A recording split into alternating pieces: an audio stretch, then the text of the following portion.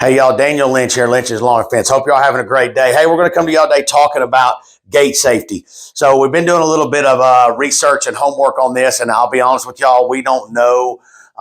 We didn't actually know a whole lot about this stuff till we actually went to the LLSSA for the state fire marshal, and then of course Garrett St. Germain down with the AFA. He's the president of the Gulf South chapter. Kind of opened our eyes to some of this stuff. So we're starting to get into a lot of training with this.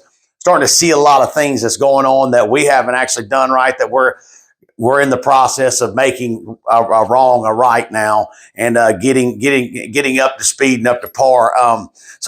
And I don't think there's a lot of people that are actually doing this. We don't see it. I mean, we've driven past several gate automations, and it's just not, and the gates aren't up to par. So we're working on getting equipped and set up as the gates that we're starting to actually push out now are going to be set up with these safeties on the gates. So what I can tell you is what we've learned is when we went to this LLSSA conference deal, what we found out is that gates since 2016, I think is what it was, that things started playing into factors here to where they started actually putting a lot of these safeties on these gates. And when I say safety, not just necessarily on the automation, but getting the gates where, once they're up, they can't fall on people because everything has a fail. I mean, the bolts can come loose, welds can break. I mean, I talk to welders all the time. My weld don't break. Welds can break, things can happen. And so there needs to be something put in place that actually helps the gate. If it does fall, don't kill a child or innocent person.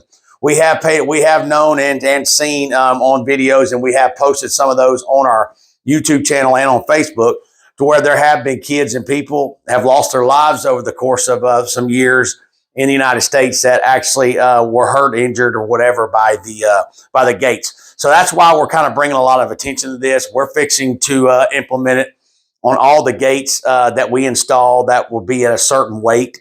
So obviously, like on your 4-foot chain link cantilever, 4-foot chain link swing gates, residentials, they're not heavy enough to hurt you if they were to fall. So we are personally going to set our own weight on them as far as putting the safety cables on them. We've got some on order. They should be here later on this week.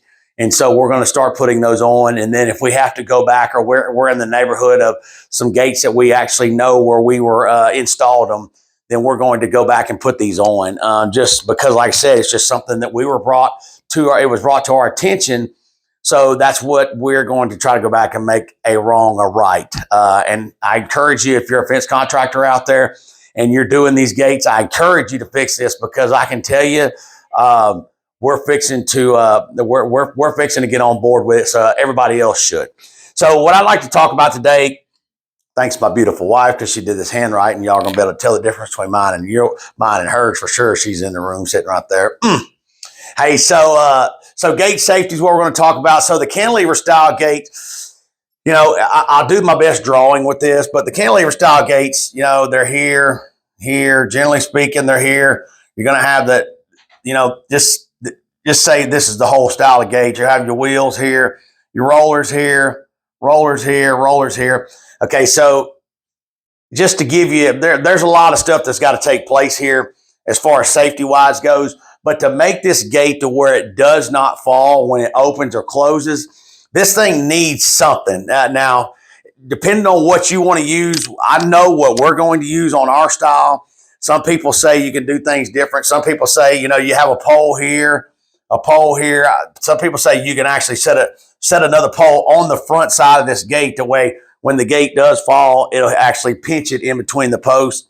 I think what our style is going to do makes it a little bit easier on us we're going to make over the top of this gate, we're going to make something. This is your pole, and this is going to catch you. We're going to build something to come down right here like this to catch that gate. Whereas if it's rolling through there, it'll fall over and catch right there. So that'll catch it. It's supposed to not fall more than I think about a 45-degree angle as far as it could actually fall. So that would catch that where it wouldn't even, if it did hit that, it's going to bounce back, but it'll stay inside. So we're going to plan on putting them on both of these posts here, to catch it, come down and catch that gate on the front side to where it won't fall. And obviously, if you have a fence on, if you put this gate on the back side, then the fence is on the front side, but you need to hang something off the back. There needs to be something there to keep that gate from falling. So like I said, if you got a fence on the front side, your poles are on the back, you're in pretty good safe position. But if you hang your gates on the back side of your post, you need something on the to catch that gate. So in case them rollers break, because they do, we have seen them break before, especially with the heavier duty gates. There's got to be something back there to catch that gate. So that's what we're going to do on ours. Not saying that it's solid, and not saying that that's 100% what everybody can do, to each their own, but that will catch for us. So that's how we're going to do those on the cantilever stock gate. Now there are the track gates that, where it tracks across the bottom. Tracks across the bottom here, same thing. They'll have the rollers down here at the bottom. Rollers here.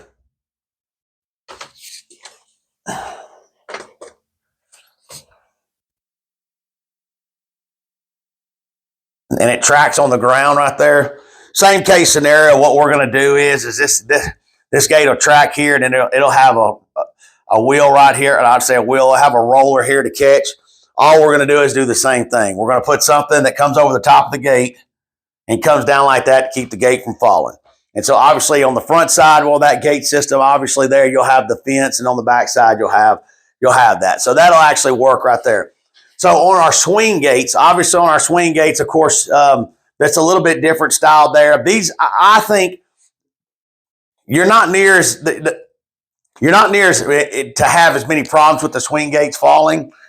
Especially if you do the weld style hinges. If you bolt on, yes, you're going to have problems. You're going to have a little bit more issues. I think this is where your biggest issue is right here on these cantilever gates rolling. I think those falling over, because those are heavy. I mean, most of those gates, 700-800 pounds on those gates. I think the cables that we're getting for these swing gates are rated for 1,100 pounds, which that'll be heavier than any swing gate we'll use.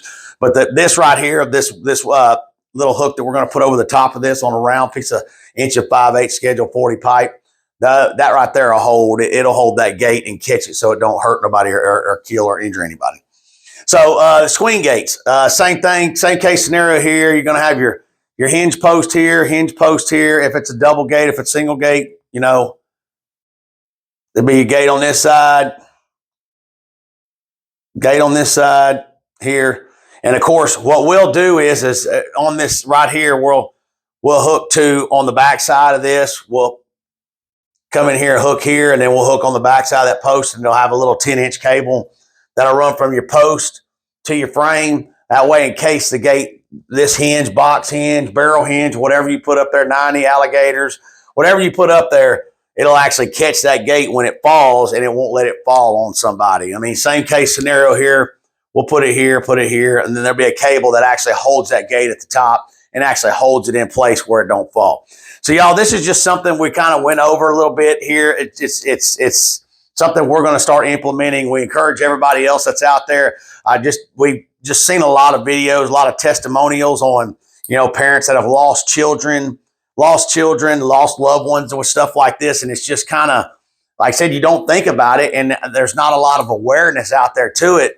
But, once you see it and you see that something bad's happened, you start to realize, hey, the industry needs to change. And like I said, we've been to one, but our team has actually been to a couple as well, to fence techs. And I just can't not believe that this is not something that's pushed a lot harder than what it is. And that's why I said, I honestly believe that there's a lot, probably 90% of the people that's out there that are messing with these gates, they're not doing this. They're not doing it. Like I said, I can drive all over the town we live in. They're not done. It's not done like that here. Probably have been doing fences for over 20 years now. And I might have seen 1 or 2 gates, cantilever gates, never seen a cable on a gate, on a swing gate. But I might have seen 1 gate, and it wasn't actually done like this. The post was actually set in front of the fence to where if it did fall over.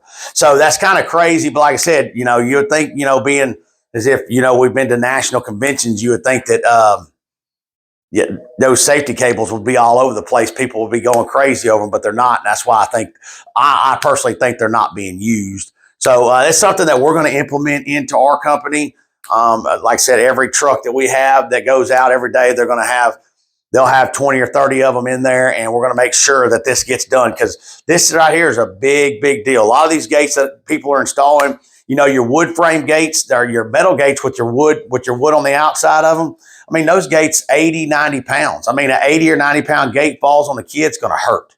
It's going to hurt. It might not kill them, depending on the size of the kid, but it's going to hurt. And you take, like these here, same thing, those double gates that are 6 feet wide. It's got wood hanging all over them, chain link hanging all over, barbed wire, razor wire.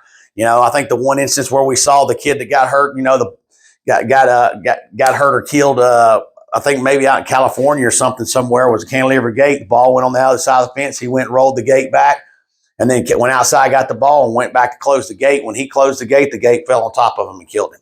So there's just a lot of gate safety stuff. We'll be going over a lot of this stuff as time goes. A lot of these gates are supposed to be, a lot of these gates were, probably put up, you say like this gate right here was put up in 2010. Well, in order for you to put some automation on that gate right there, you better bring it up to code. So you better know what the code is. It's going to be a really, really big deal in weeks and months to come. I think me and my wife have talked about this yesterday or day before. We really feel strong about this. So gate safety, y'all. Gate safety. If these guys are out here giving you gates and they're not putting safety cables on them, and you're getting a cantilever gate, some kind of style of cantilever gate, y'all need to make sure that these things are up to code. They really could hurt and kill somebody, and that's really going to be on somebody's conscience, and then it's going to be getting somebody's pocketbook really big. So like I said, y'all check this out. Y'all got any questions, y'all can find us, Lynch's Lawn and Fence LLC.com. You can find us on Facebook. You can find us on X, and then you can also find us on YouTube. Our office is located at 101 Crown Court Place, Bossier City, Louisiana. Call us anytime, 318-459-7837. If we can help you out in any way, if we can answer any questions for you, just give us a call. Stay tuned. We got a lot more of this stuff coming up. Y'all have a good day.